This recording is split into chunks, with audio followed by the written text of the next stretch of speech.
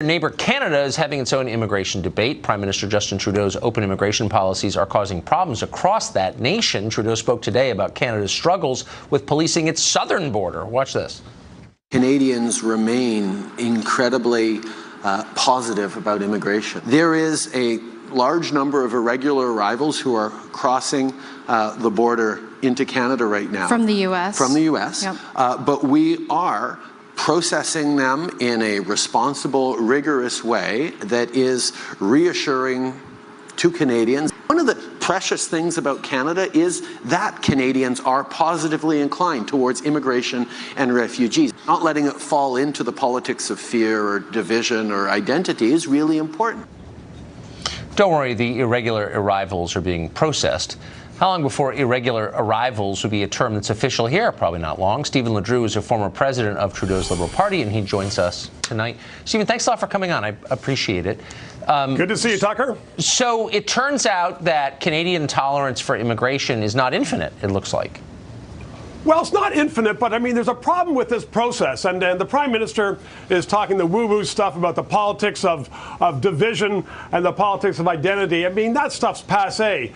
Canadians generally do support immigration. We've got an empty country up here. But we shouldn't have immigrants coming to this country just going through some back alley from the United States into Quebec and then getting picked off by the RCMP and taken to somewhere else for processing. I mean, that's not a way to arrive in any country. Ellis Island was not like that for the United States. So, I mean, Trudeau is wrong when he's saying, well, it's business as usual, we're just processing them.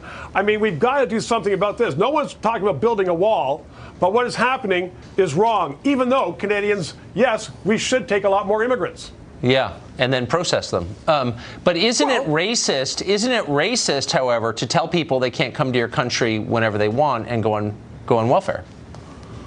Well, no, I don't think it's racist at all. I think most of those people that are coming to Canada, many of them are already in the United States. They're coming to Canada because they like Canada more than the United States. The United States is no longer such a welcome, beaconing place in the world for the smartest and the brightest, and they're coming to Canada. So that's great for Canada. But as far as coming across some back alley and there's some lady in Vermont who knits some mitts and sends them across a path, I mean, that's degrading. And it should be stopped. No degrading wall, but it should be stopped. Degrading to whom? Degrading to Canadians or degrading to immigrants? Well, to both. To an immigrant to be walking in a snowdrift across to Canada and then getting arrested and picked off, that's degrading. We should have borders. We are a country. But Tucker, I think that, as I said, if people from the United States want to come and live in Canada for whatever reason, we aren't talking about gang members. We're not talking about what you were just talking about with your first two guests. We're talking about people who just want a better place to live. But they why like not Canada or they want Go ahead. I mean, so you're saying that Canada ought to be able to determine who comes in and who doesn't? Should you be able to just let impressive people in and then non-impressive people, gang members, rapists, do you think you're allowed to keep them out? There's a whole lot of room, Tucker, between impressive people who are brain surgeons and gang members. There are people who just want to come and have a better life for themselves and for their children. And so you have to look at, there's a certain number of, if you will, skilled immigrants that you want to attract.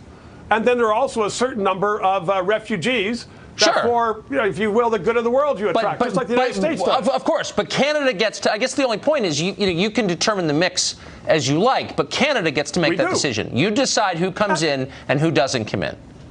Oh, absolutely. Whether they are skilled laborers, skilled technicians, or whether they are, as I said, refugees looking for a safe place without bullets flying around their head. But you know what? Don't make no mistake.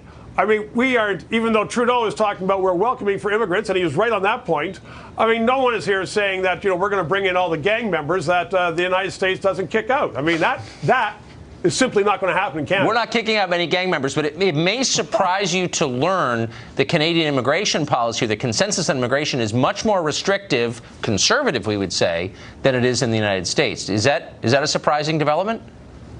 Well, no. I think that we are being we are being more particular about it than we were in the past. We are still allowing a huge number of refugees here, but the city mayors, John Tory, the mayor of the city of Toronto, gave a speech 2 weeks ago saying, you know what? if you're busing all these people from Quebec down to Toronto, you better give us some money to help settle them, help put their kids in school, and help them come along. But Canada is becoming a beacon.